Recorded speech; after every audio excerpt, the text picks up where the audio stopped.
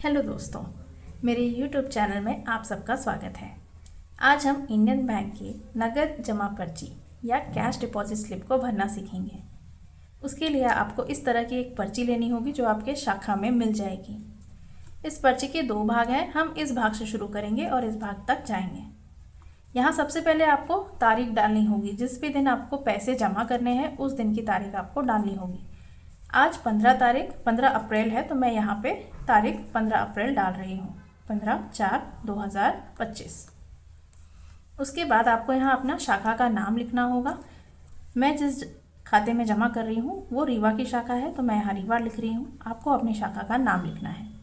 यहाँ इस डिब्बे में आपको खाता संख्या लिखना है जो आपके पासबुक में होगी, या आप जिस भी खाते में पैसे जमा कर रहे हैं उसका खाता संख्या आपको यहाँ लिखना है। मैं एग्जाम्पल के लिए 1 2 3 4 लिख रही हूँ। आप अपनी खाता संख्या पासबुक से देखकर लिखेंगे। यहाँ आपको खाता धारक का नाम लिखना है जिस खाते में आपको पैसे जमा करने हैं। मेरा नाम शालिनी गुप्ता है, तो मैं यहाँ शालिनी डाल रही हूँ। यहाँ आपको मोबाइल नंबर या टेलीफोन नंबर लिखना है। मैं यहाँ एग्जाम्पल के लिए ये नंबर लिख रही हूँ, आप अपना मोबाइल नंबर लिख सकते हैं। यहाँ राशि में आपको अंकों में लिखना होगा। आप जितना भी जमा करना चाह रहे हैं उसे यहाँ अंकों में लिख दें। मैं 10,000 जमा करना चाह रही हूँ, तो मैं 10,000 शब्दों में लिख के इस तरह से उसे लाइन बनाकर लिख रही हूँ। इसके बाद शब्दों में इसी रकम को आपको लिखना है। आप हिंदी या इंग्लिश दोनों ही तरीके से लिख सकते हैं। मैं इंग्लिश में लिख रही हूँ। इसके बाद इस भाग को आपको छोड़ देना है। इस भाग में हम आएंगे, फिर यहाँ फिर से डेट आपको लिखना है। आज 15 अप्रैल है, तो मैं 15 अप्रैल 2025 लिख रही हूँ। यहाँ शाखा, आप जिस भी शाखा में जमा कर रहे हैं उस शाखा का नाम। उसके बाद यहाँ आपको अपना खाता नंबर लिखना है, या जिस भी खाते में आप जमा कर रहे हैं उस खाते की संख्या यहाँ लिख दीजिए। मैं एग्जाम्पल के लिए 1 2 3 4 लिख रही हूँ।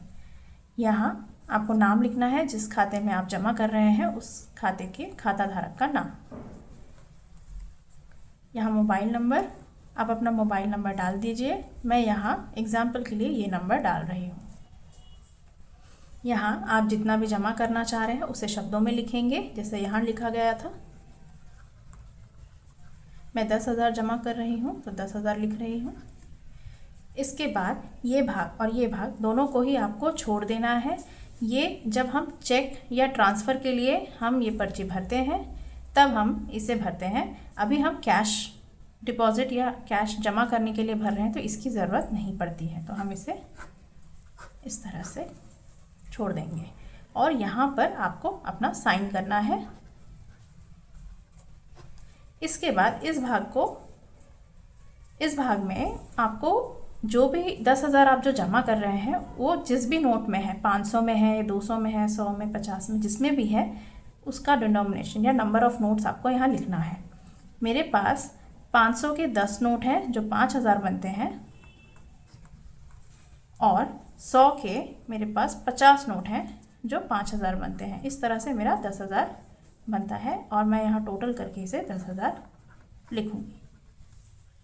ये पर्ची इस तरह से भरकर आप अपने बैंक में जाकर कैश के साथ इसे जमा कर दें और अपने खाते में पैसे जमा करवा सकते हैं।